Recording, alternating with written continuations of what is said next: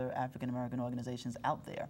I think strategically in this campaign, he is focusing on his target audience. And when it comes to the minority vote, we know that Hispanics are the largest growing minority bloc out there. And I think he's targeting them. Now, is that right? No, it's not right. But I think to call it a snub or to say that he's anti-NAACP or African Americans clearly is not an appropriate thing to say. Now, Roy, you had said something. You just said that President Obama has championed the cause of African Americans. Now, the criticism has been that he has gone out of his way to prove that he is not the black president or the African American president, but that he's America's president. When you say champion the cause of African Americans, how do you defend that when he's actually been accused of the complete opposite? And that was one of the criticisms that Michael Eric Dyson had raised when President Obama had first took office. How would you defend that? Sure. I think it's clear that President Obama has said from the very beginning that if he's elected president, it's going to be a president for all Americans, as he should say.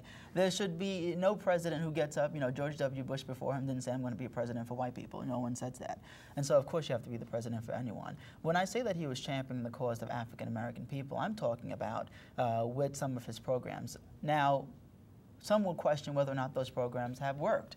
When you talk about the summer program for jobs, disproportionately number of minority, young black and brown people don't have jobs in the summer. So when he puts in favor a program that's going to help get young people back to work, he's championing African Americans and trying to get young people back to work. I wouldn't say that he's exclusively, whenever he has a law, saying this is going to help black people, but certainly his policies that he's putting in place are going to disproportionately help African Americans and minorities, because those are the ones who are suffering at this particular point in time. We know that the black employment rate is up higher than the national average.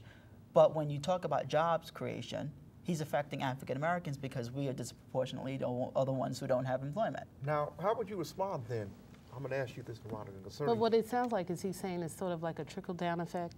Like, okay, we're putting policies in place and then we hope that because the reality is, even though he may be creating policies for jobs to help us, that doesn't necessarily happen in the real world. So then how do we counter that? Like, I think there should be something that's direct. Instead of saying, I'm going to do it for everyone, I know that you are the one, like you said, black and brown people disproportionately affected.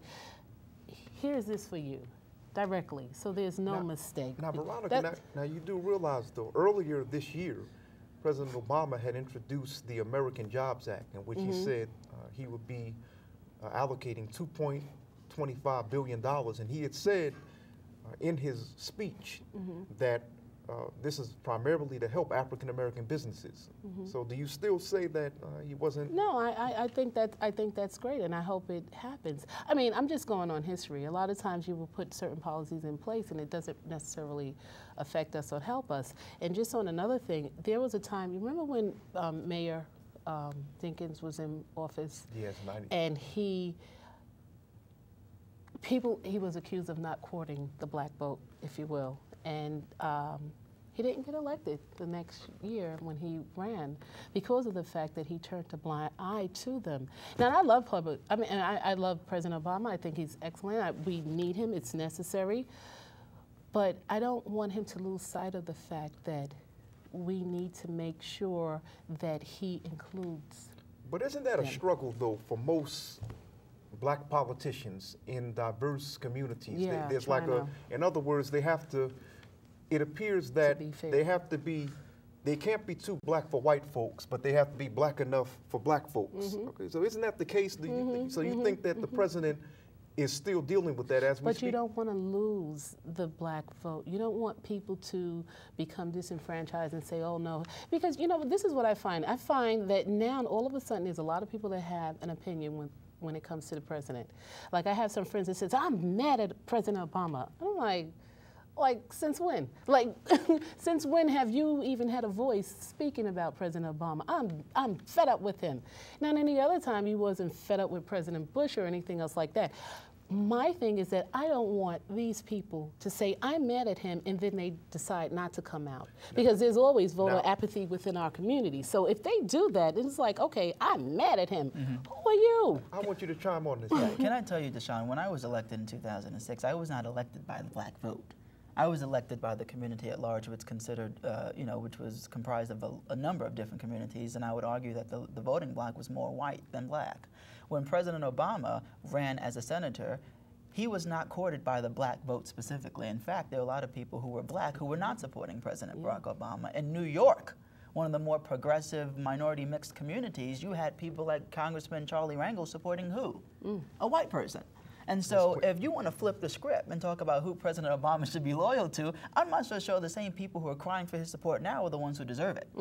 And so let's talk about how do we talk about policies that affect people in general, because I'm sure President Obama, if he wanted to, he can turn to some of these people who are criticizing him now and say, when I ran for office, you weren't there. You know what, I'm glad that you brought that up, because what came out in the press last week was that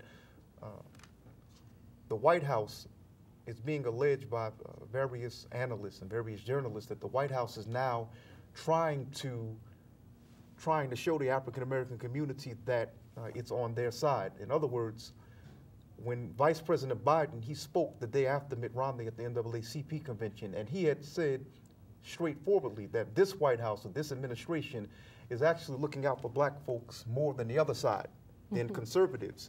And the day before that, or the day of, the Attorney General spoke, Attorney General Eric Holder. He spoke about the issue of racial profiling and voter ID laws, and he said that the voter ID laws are very similar to the poll taxes that they used to put on black folks going back to the early part of the 20th century. Now, I want to know, have either of you heard that, Valerie Jarrett, his senior advisor, it came out in the Huffington Post, she's been accused of attempting to keep the president from attending black events. In other words, she was one of the people who was accused of telling the president that he shouldn't speak at the NAACP convention. Valerie Jarrett, black woman? Yeah, wasn't she at Reverend Al Sharpton's event? You're talking about the NAN convention last year? Right, he was at and they actually honored her. Right, so I'm surprised. That's actually what some people are alleging now. Yeah, Doshon is called politics. One thing you have to keep in mind is the fact that President Obama sent the Vice President of the United States to speak to the NAACP shows it's not a snub. I don't know when it ever became a snub to have the Vice President of the United States speak at your convention. You know how many organizations would love to have Eric Holder, the Attorney General, speak, who would love to have Joe Biden, the Vice President, speak, and they can't get a response to their email. Well, people are saying, though, and I've actually spoken with people out on the street, as they say.